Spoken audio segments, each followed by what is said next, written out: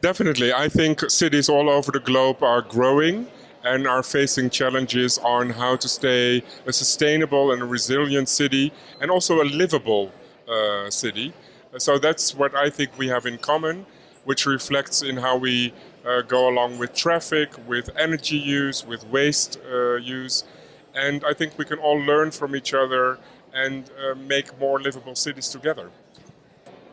Yeah, so the Netherlands is mostly underwater, and we have the dikes that prevent us from the seawater coming in, and also Amsterdam is the same.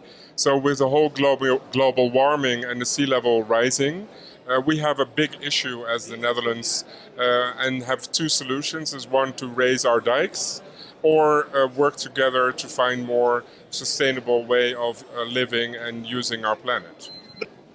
Exactly. So I think in many other aspects, cities and countries compete with each other for business development and jobs. But in the area of climate change, I think we should not compete, but work together in order to be able to scale up all the technologies that we are developing together.